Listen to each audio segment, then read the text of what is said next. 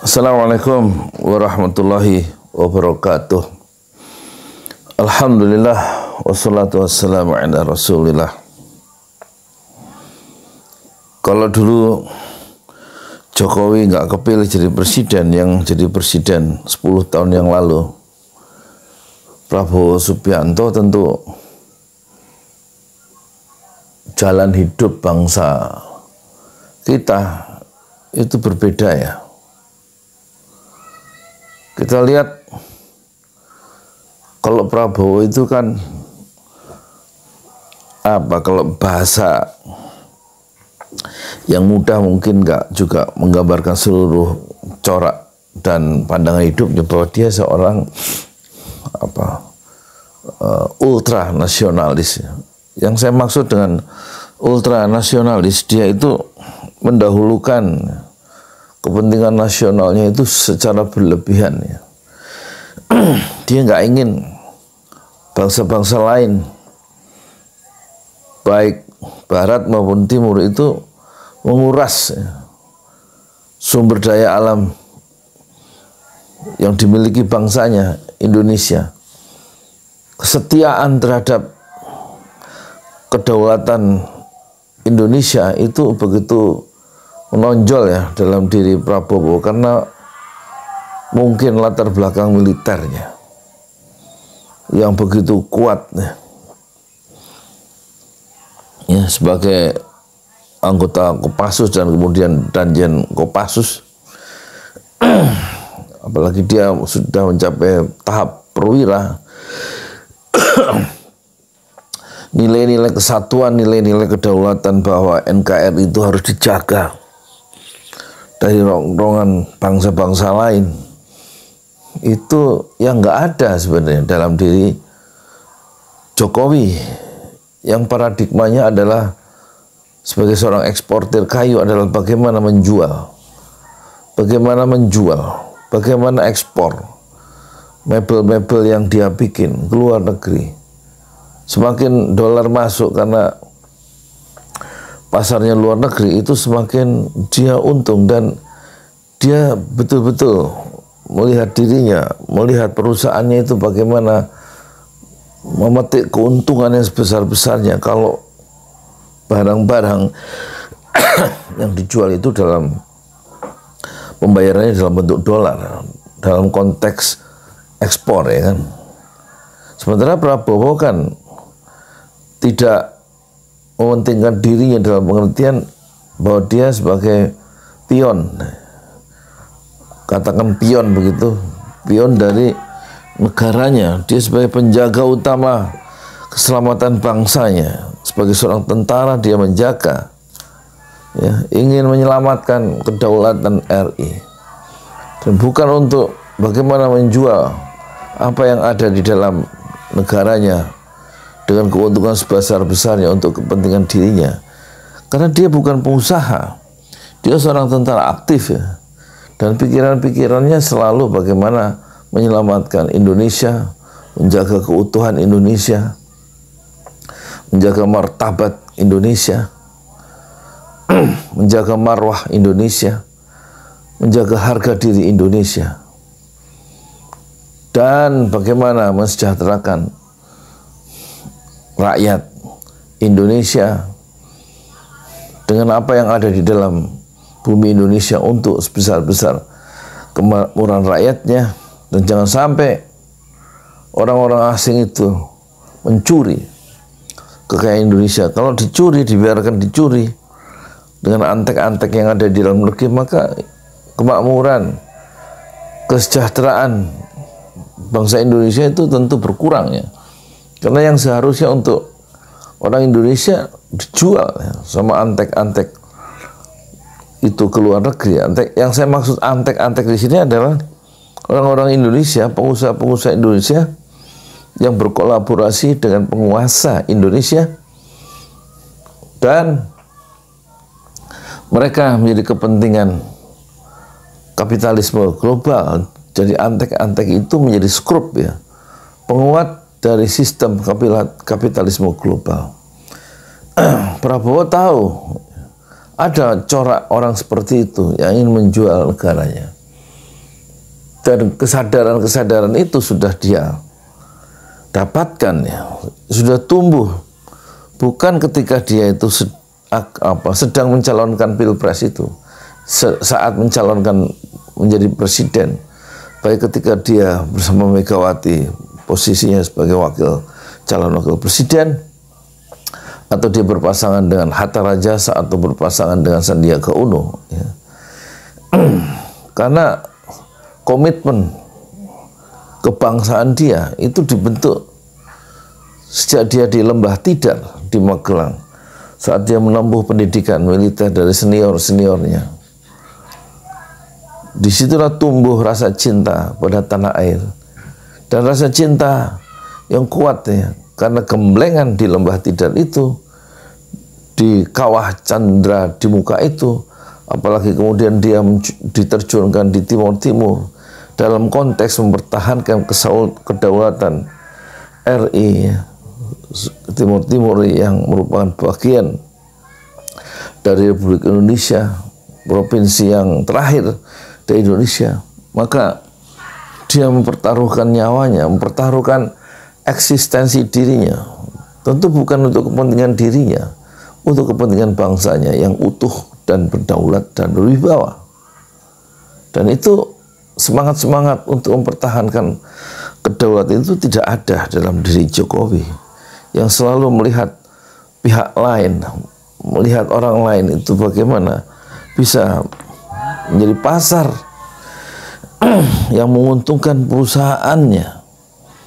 Jadi corak berpikir atau paradigma ini tidak dimiliki atau berbeda antara Jokowi dan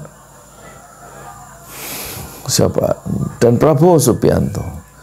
Jadi kalau dia kemudian disimpulkan Prabowo adalah seorang ultranasionalis dalam pengertian dia terlalu berlebihan dalam menjaga Indonesia, kepentingan Indonesia untuk rakyat Indonesia sendiri, untuk berbeda, ya.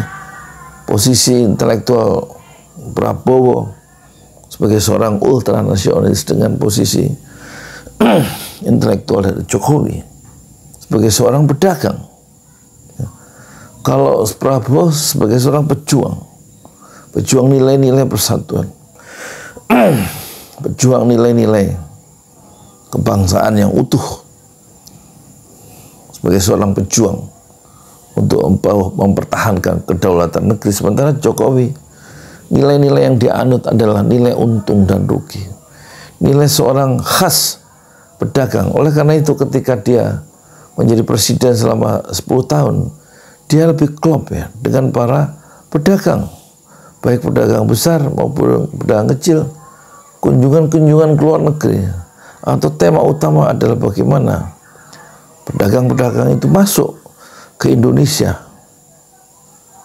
meskipun nanti misalnya proyek hilirisasi itu menghabiskan nikel gitu, dia tidak peduli. Pokoknya bagaimana dia bisa mendatangkan pedagang dan kemudian mengeksploitasi Indonesia.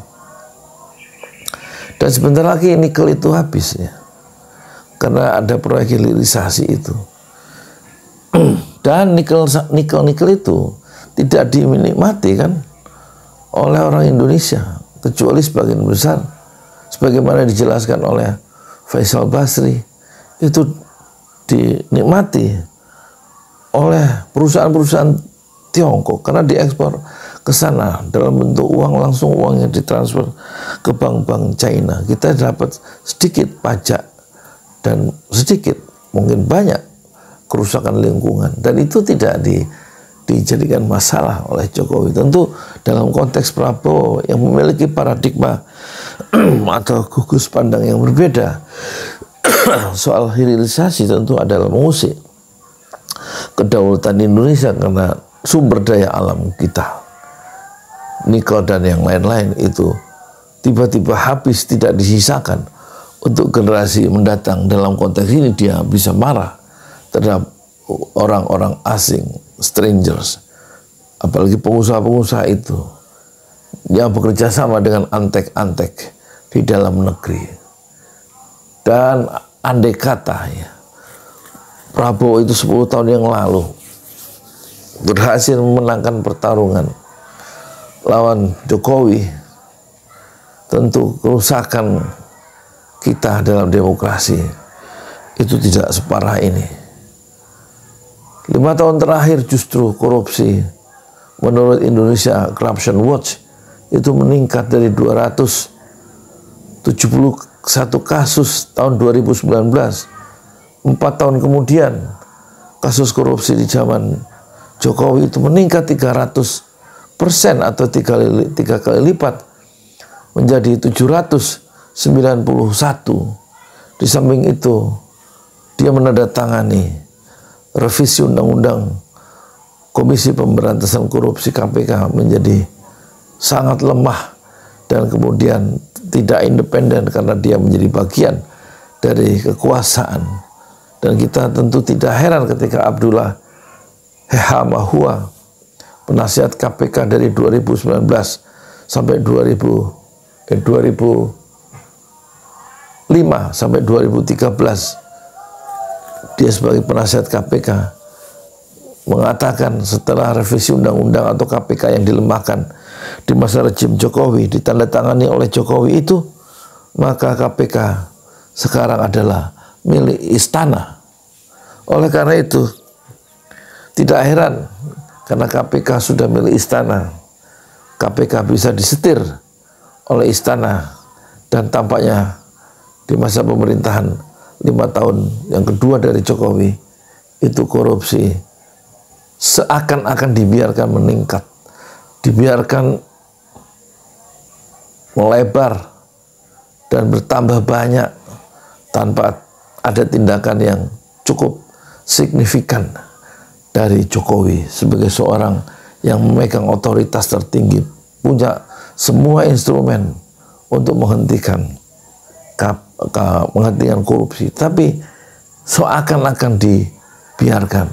Sehingga menurut ukuran-ukuran internasional yaitu Transparansi Internasional, indeks persepsi korupsi kita yaitu Corruption Perception Index kita itu selama 5 tahun berturut-turut dulu dari 40 anjlok menjadi 34, sementara Somalia itu skornya adalah 16 dan kita betul-betul berada di urutan 115 dari 185 negara yang dinilai oleh Transparansi Internasional. Itu artinya korupsi memburuk dalam persepsi internasional, dan faktanya menurut Indonesia Corruption Watch kita betul-betul secara real membiarkan korupsi itu merajalela. Mungkin kalau Prabowo itu sebagai seorang ultranasionalis dia menjadi berkuasa 10 tahun yang lalu di saat usianya masih 63 tahun, tentu Indonesia tidak seperti sekarang. Memang Jokowi dengan bangga dalam kampanyenya di GBK tahun 2019 dia mengatakan bahwa dia tidak punya beban masa lalu, katanya. Tidak punya beban masa lalu, tetapi justru dia punya track record yang baik sebagai wali kota 2 periode. Kemudian pernah menjadi gubernur DKI dan menjadi presiden 4,5 tahun saat kampanye itu berlangsung. Tapi jangan lupa, memang Jokowi tidak memiliki masa lalu yang memberati dia untuk melakukan sesuatu yang lebih genuine, lebih tegas, lebih asli, lebih asolah. Tapi justru dia sekarang, kita lihat bersama-sama, kita rasakan bersama-sama, Jokowi justru meninggalkan beban untuk masa depan, beban-beban masalah, beban korupsi, beban pengangguran di mana-mana, beban kemiskinan, dan beban hancurnya nilai-nilai yang seharusnya dipertahankan oleh seorang presiden yang memberikan contoh paling depan. Dan juga Jokowi meninggalkan beban yang buruk bagi demokrasi dengan menguatnya dinasti politik yang dia bangun dengan segala cara untuk mengagungkan keluarganya sendiri, ya, memberikan keuntungan material kepada keluarganya sendiri, mendorong anaknya menduduki posisi politik yang cukup berarti di negeri ini dengan segala cara, dengan merekayasa konstitusi. Begitu juga mendorong menantunya dengan segala cara untuk menjadi orang nomor satu di daerahnya. Dan itulah beban-beban yang ditinggalkan oleh Jokowi. Secara pribadi dia tidak meninggalkan beban, tidak memiliki beban masa lalu, tetapi dia memberikan beban yang berat bagi bangsa ini di hari ini dan di masa mendatang. Kita masih punya hope, kita masih punya harapan. Kita boleh kehilangan segalanya kecuali keimanan dan harapan. Dan harapan itu harus selalu ada. Dan mungkin kita titipkan sementara kepada Prabowo Subianto. Moga-moga renungan yang sederhana ini bisa menjadi bagian dari refleksi bangsa kita ke depan, bahwa keputusan politik itu dari seorang pemimpin tidak selalu tepat. Oleh karena itu perlu kita saling mengingatkan, harus menegur pemimpin yang cenderung dia melakukan deviasi atau penyalahgunaan kekuasaan, dan kita membela rakyat kita yang lemah dan sekaligus menegur penguasa yang pongah. Assalamualaikum warahmatullahi wabarakatuh.